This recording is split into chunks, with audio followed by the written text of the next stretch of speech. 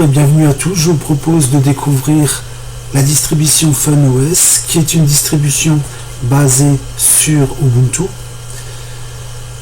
qui est moins connue que Mint ou ZorinOS par exemple. Donc après l'installation, on arrive immédiatement sur le bureau.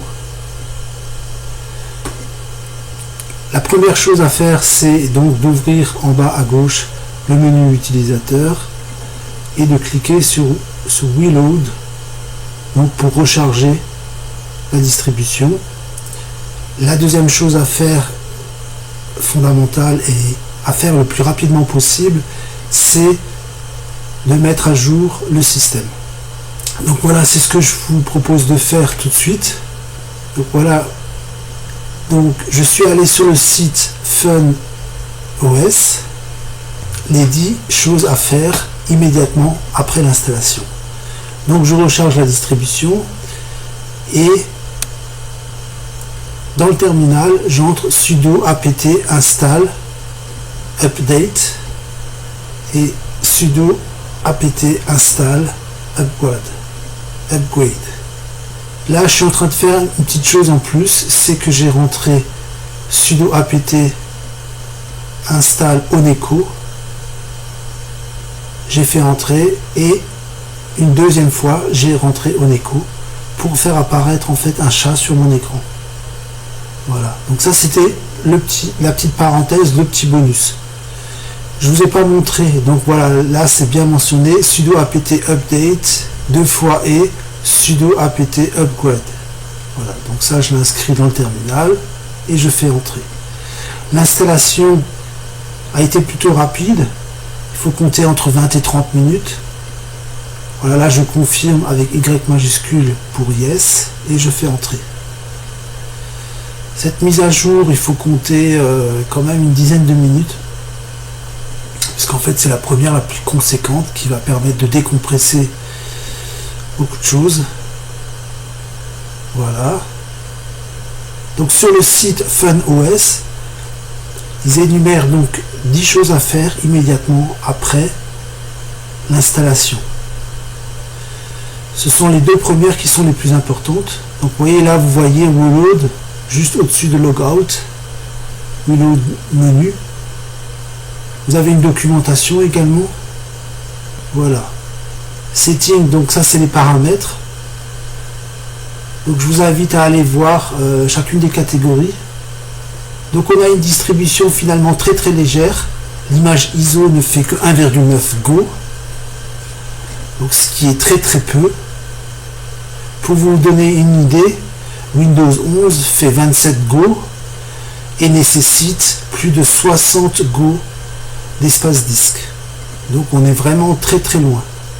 Voilà, j'ai changé un petit peu les paramètres, j'ai mis des couleurs. C'est pas un bureau XFCE, mais il y ressemble beaucoup.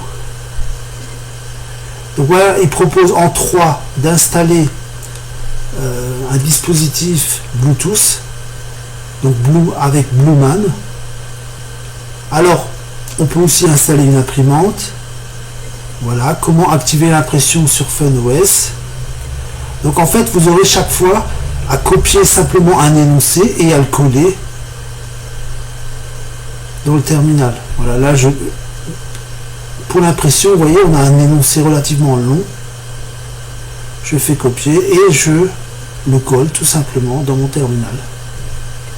Voilà, je fais entrer et je laisse la procédure se faire.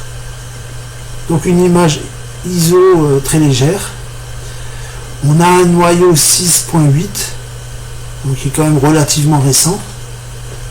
Donc si je consulte, voilà, ici vous avez encore toujours sur le site d'autres choses, si vous voulez installer d'autres choses, toutes sortes de logiciels.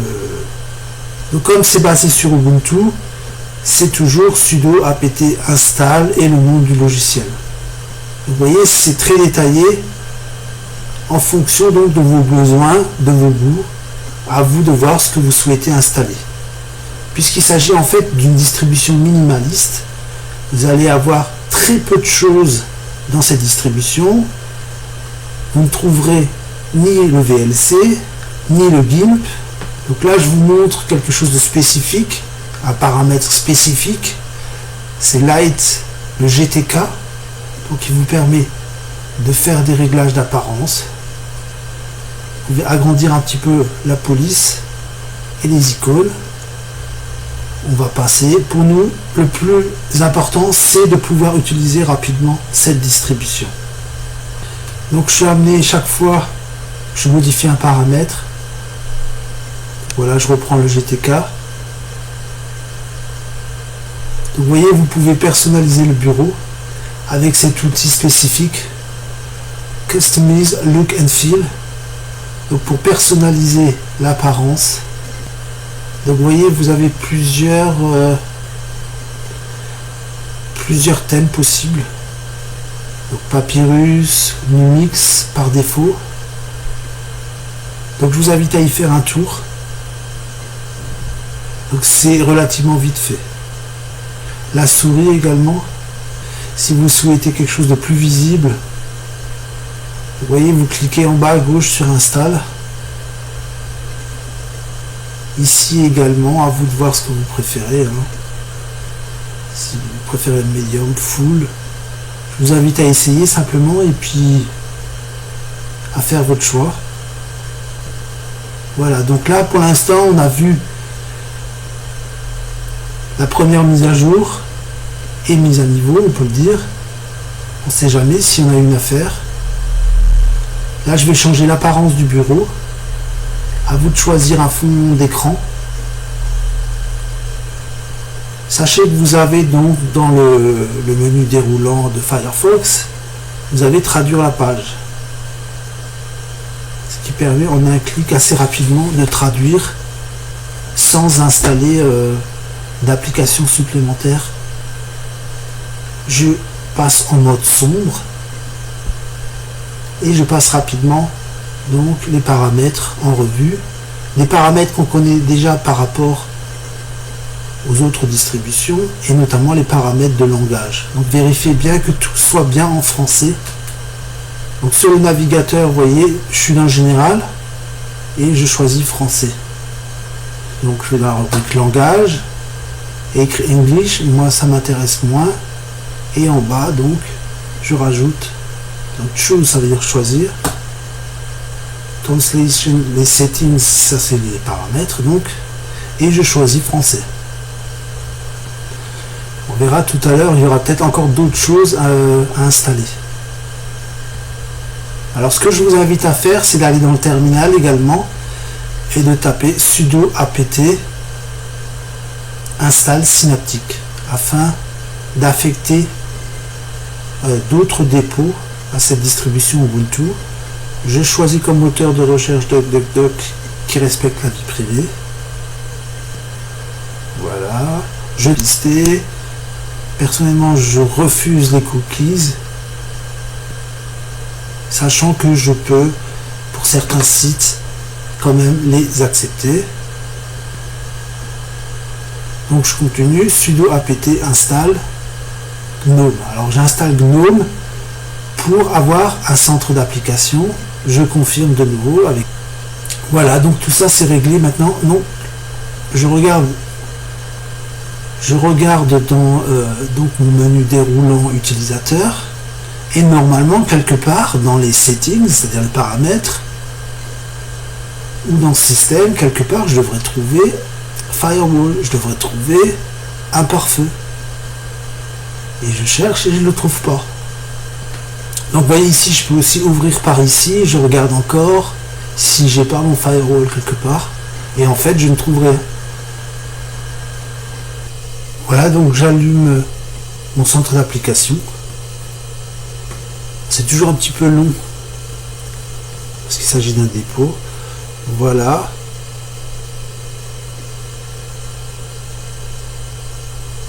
Et je tape FIR, FIR, et j'obtiens plusieurs résultats et je choisis Firewall configuration.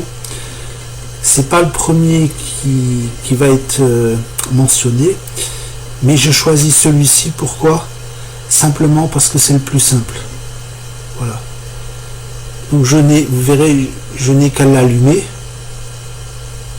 et à interdire tout ce qui est entrant et à autoriser ce qui est sortant pour pouvoir télécharger. Donc voilà, c'est le plus simple. Le premier qui est cité, il est très ancien, il est assez complexe. Si vous l'avez, cliquez sur permanent si vous ne voulez pas changer, mais celui-ci est préférable. Voilà. Donc là, je vais vous montrer donc les différents thèmes que vous avez. Donc vous pouvez régler donc la mise en veille après une durée déterminée d'inactivité de votre PC. Donc vous voyez, vous avez quand même beaucoup de choix. Une bonne vingtaine de thèmes différents. Donc je vous laisse observer tout ça et choisir ce qui vous plaît le plus. Vous voyez en bas là, après 10 minutes ou plus, par défaut ce serait 10 minutes, moi je laisse 10 minutes, ça me semble pas trop mal. Donc vous avez des paramètres et des paramètres avancés. Voilà, celui-ci là me convient assez bien. À vous de voir ce qui vous convient le mieux. Je change un tout petit peu, je mets 8 et là je vais mettre 5.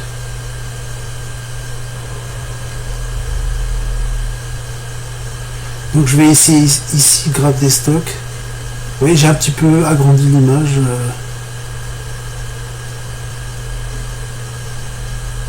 Donc vous voyez, j'ai cherché mon firewall, j'ai cherché mon centre d'application et pour l'instant j'ai rien trouvé. Et regardez, en fait c'est magique. Alors c'est pas Tunar, mais ça y ressemble beaucoup.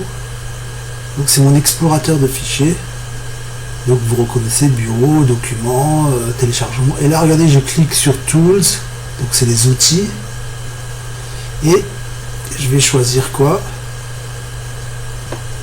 Si je vais dans Applications, là dans Go, donc j'ai les accessoires, les jeux, donc j'ai des catégories, Office, Internet, alors sound vidéo, donc son et vidéo. Donc j'ai le Cheese qui me permet en fait d'utiliser ma webcam pour faire des photos ou des vidéos. J'ai le LX musique, j'ai le MPV pour lire des vidéos. J'ai à la fois musique et Rhythmbox pour lire des fichiers musique, SM Player, vous avez vu, j'ai pas mal de choses. Et là je clique sur préférences. Et là comme par magie, vous voyez, j'ai Firewall. Donc je l'ai bien trouvé. Il est bien installé sur mon ordinateur. Alors, le moniteur Settings, là je ne vous le montre pas, mais ça me permet d'utiliser, de voir en fait à quel degré, si vous voulez, et utiliser mon processeur et ma mémoire vive de manière générale. Donc si j'utilise le moniteur Settings, je m'aperçois en fait que jamais pour une activité je ne dépasse 430 mots. Et si j'ouvre plusieurs fenêtres et que j'essaye plusieurs activités, jamais il ne dépasse 940 mots. Ça veut dire que vous pouvez en fait installer cette distribution même sur un très vieux PC d'avant 2008 dont le processeur ne fait que 2 Go de RAM. Voilà, j'ai ouvert donc le centre d'application, vous avez vu Software, donc c'est le sac blanc coloré. Et je clique sur Installed, donc installer, pour voir en fait quels sont l'ensemble des logiciels déjà installés sur le PC. On a vu qu'il n'y avait pas grand chose. Moi je vais supprimer en fait les jeux, puisqu'en fait c'est des jeux assez rudimentaires comme le solitaire, des petites batailles navales, des choses comme ça, dont j'ai vraiment pas besoin. Et donc je vais pouvoir ici supprimer en fait ces logiciels avant d'installer ceux dont j'ai besoin et ceux que je vais utiliser. Horloge, je vais le laisser, c'est quand même assez utile. Scanner, ça c'est des vieilles choses. De toute façon, il faut un dispositif en plus, donc je peux aussi le supprimer. Voilà, donc pour l'instant je laisse un petit peu tomber puisqu'en fait c'est pas ce qu'il y a de plus urgent. Donc vous voyez, on a déjà fait pas mal de choses. On a fait notre mise à jour. Là, il y a écrit le langage support. Je vais vérifier que tout soit bien en français. Donc si je clique ici, langage support, vous voyez, j'ai une fenêtre là. Et là, il me prévient en fait que tout n'est pas encore en français. Et donc, je vais installer des paquets supplémentaires pour avoir un maximum de choses en français. J'entre mon mot de passe. Donc à nouveau, si je récapitule, on a fait une première mise à jour conséquente. On a installé un pare-feu. On a installé un centre d'application. Et maintenant, ce qu'on va faire, c'est qu'on va ouvrir le centre d'application et on va installer en fait un outil de mise à jour des paquets. Je vais chercher en fait dans mes dépôts ce logiciel et le mettre en place. Alors, sur Ubuntu et sur Mint, vous aviez à la fois un gestionnaire de mise à jour et un outil de mise à jour des paquets que vous n'utilisez d'ailleurs que très très peu. Il faut savoir que en fait, simplement un outil de mise à jour des paquets suffit. Vous n'avez pas, ça suffit largement. Ça fait office également de gestionnaire de mise à jour. Mais je vais terminer d'abord ici au niveau du réglage des langues. Je choisis français et je vais aussi après dans Regional Format, qui est très important, pour que tout soit bien en français. Là, je lis un petit peu en anglais. Il me propose d'aller dans Regional Format. J'y vais. Et là, encore une fois, je clique sur français. Et vous voyez, vous avez différents français. Hein. Vous avez français France, vous avez français Canada. Voilà, donc ça c'est déjà une bonne chose de fait. Vous voyez, on a déjà le Bluetooth, le Bluetooth Manager installé. On est allé voir Customize Look and Feel, on est allé voir tout à l'heure, qui est spécifique donc à cette distribution. Des stocks, des préférences, donc ça c'est pour le bureau. Le moniteur, ça je vous laisse découvrir, puisque en fait, vous allez voir, vous avez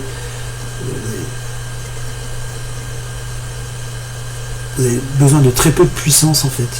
Donc ici, vous voyez, j'ai ouvert Software and Updates. Updates, donc ça veut dire mise à jour en anglais.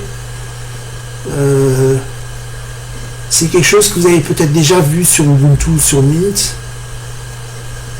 Ce qui est important ici, c'est effectivement de choisir si vous préférez être informé pour toutes les nouvelles versions ou seulement les versions longue durée, c'est-à-dire LTS.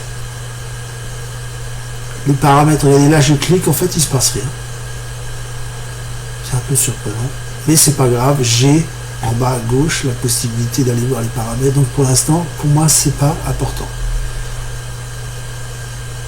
Donc là j'ai presque tout fait pour pouvoir, donc voilà, pour toujours mon centre d'application, et je rentre en fait UPD update de mise à jour, et je trouve en premier, vous avez vu, GNOME Package Updater, donc mise à jour, en français outil de mise à jour des paquets. Donc je clique dessus simplement et je l'installe. Et en fait on va se retrouver avec ce logiciel en fait qui va nous permettre de faire nos mises à jour sans passer par le terminal. Sinon vous allez être obligé de chaque fois de passer par le terminal. J'ai mis en place également un centre, voilà, Alors vous voyez, comme par hasard, il nous dit il y a 4 mises à jour à faire. J'ai qu'à cliquer sur le bouton vert et le tout se lance automatiquement. Bien sûr, je rentre encore une fois mon mot de passe. C'est la seule chose qu'on pourrait reprocher un petit peu aux distributions Linux d'ailleurs. Ça se fait relativement vite. Alors ce logiciel de mise à jour des paquets, il est identique à celui que vous allez trouver par exemple sur Q4OS. Alors j'aime beaucoup parce qu'en fait vous allez voir, vous allez avoir très peu de mises à jour. Donc, dès qu'une mise à jour est faite, vous avez un point, vous voyez, à droite. Donc ça veut dire que c'est fait. Ça se fait automatiquement. Voilà. Comme ça, vous êtes sûr vraiment de pouvoir travailler, créer, vous divertir à votre guise. Voilà. Il nous dit que tout est bon, tout est installé. Les mises à jour sont installées. Voilà. Donc maintenant, à vous de voir ce que vous voulez encore faire. Si on a fait pas mal de choses, on a fait notre mise à jour, on a installé, voilà, il est là. Donc je disais, on a fait notre mise à jour, on a installé Imparfait, on a installé un centre d'application, on a installé un outil de mise à jour des paquets. Voilà, donc maintenant vous avez tout ce qu'il faut pour utiliser votre ordinateur.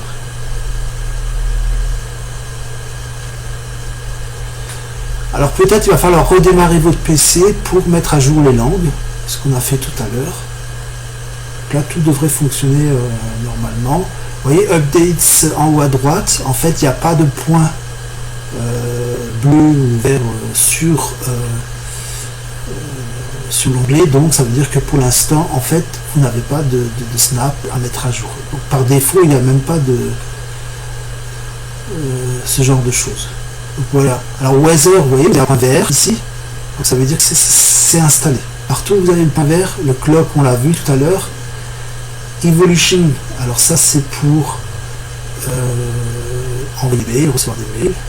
Voilà, cette vidéo est maintenant terminée, j'espère qu'elle vous a été utile, qu'elle vous a donné envie de découvrir donc FunOS, une très belle distribution, très légère, qui convient pour des vieux PC, mais aussi pour des PC récents si vous souhaitez être plus performant.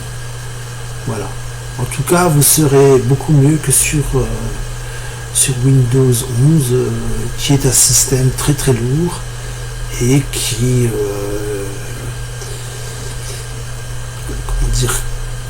qui peut facilement bugger ou patiner lorsque vous regardez YouTube par exemple. Je vous remercie encore de votre attention et je vous dis à très bientôt. Au revoir.